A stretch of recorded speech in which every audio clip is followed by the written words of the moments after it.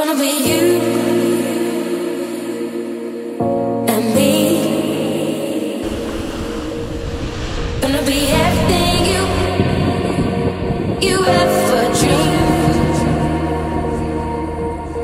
Gonna be who you need. Gonna be everything.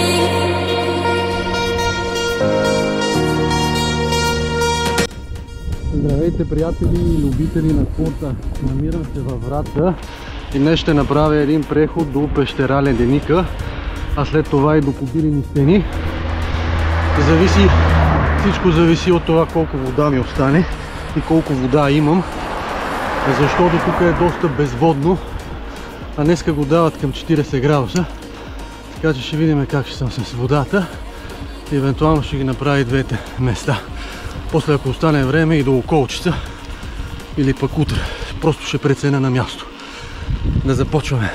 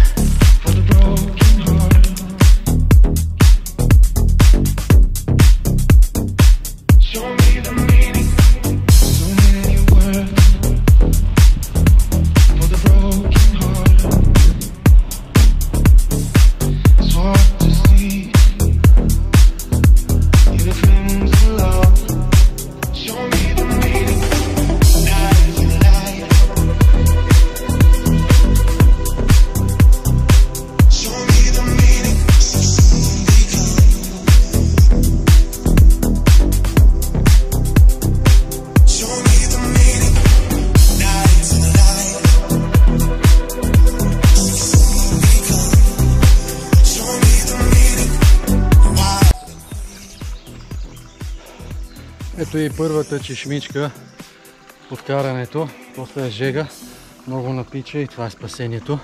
Мисля, че ще е единствената за целия път, а затова сега хубаво ще се напи и ще се зареда.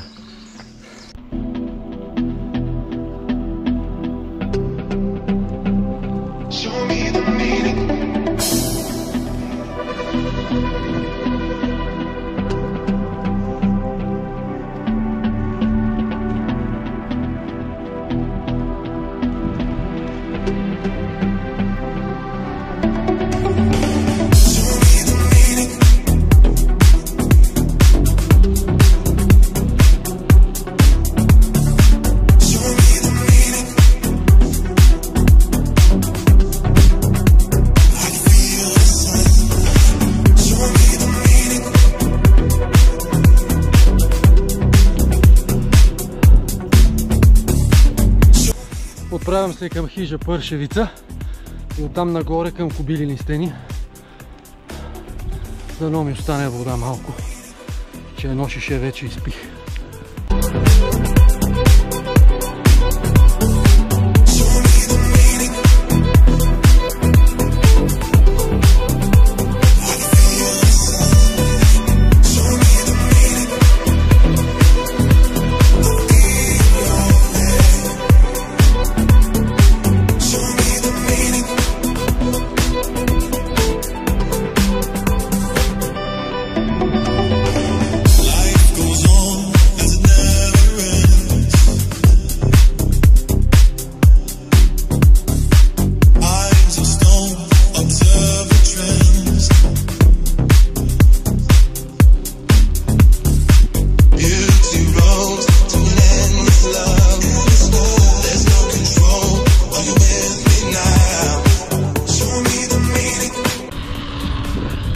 Ето там горе отиваме сега. Хижата се пада ето там.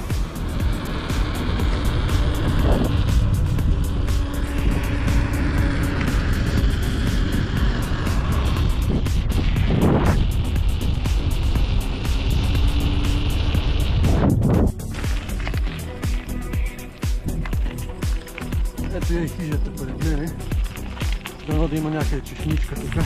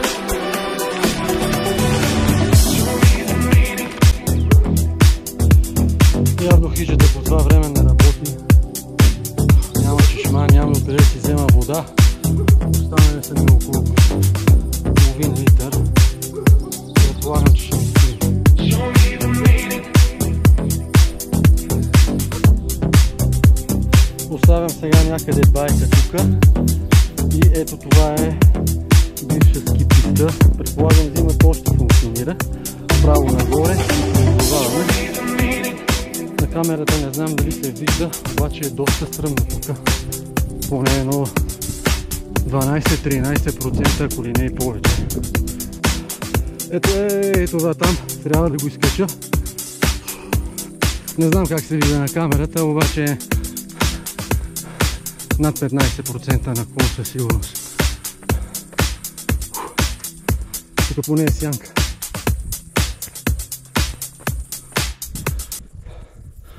Още малко и ще се открие величието на Кобилините стени.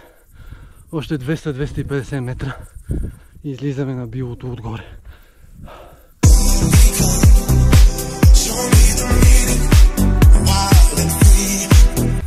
Част от скалите се виждате, ето ги там.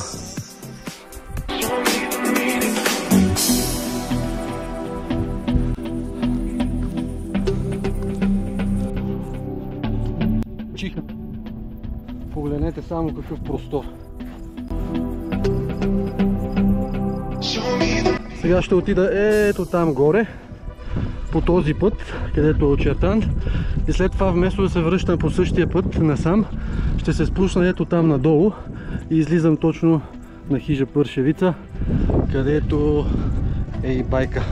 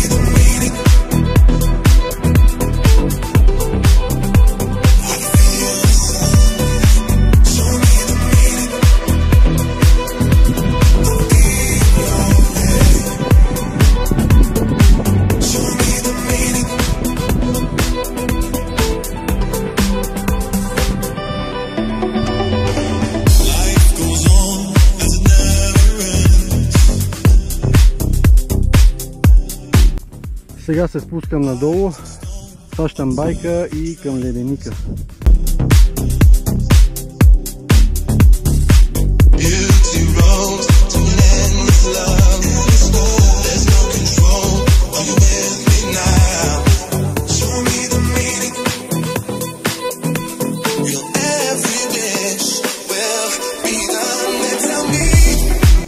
Ето го и байка къде отнаря.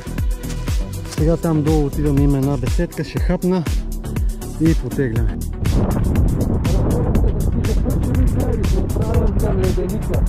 Някъде на около 10 км.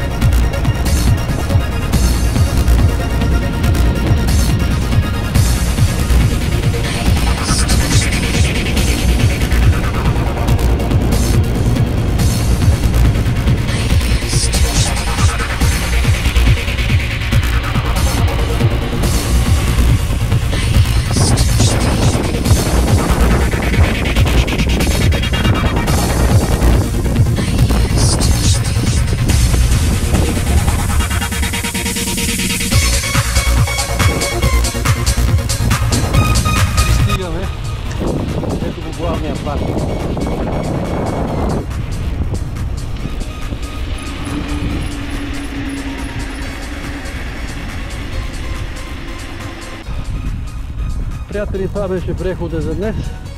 Обидени се ми Леденика и обратно във Враца. До околчица няма да ходя, защото е много топло. Просто не се върши в тази година. Надявам се да ви е харесало и до ново среща. Сега след едно динамично спускане.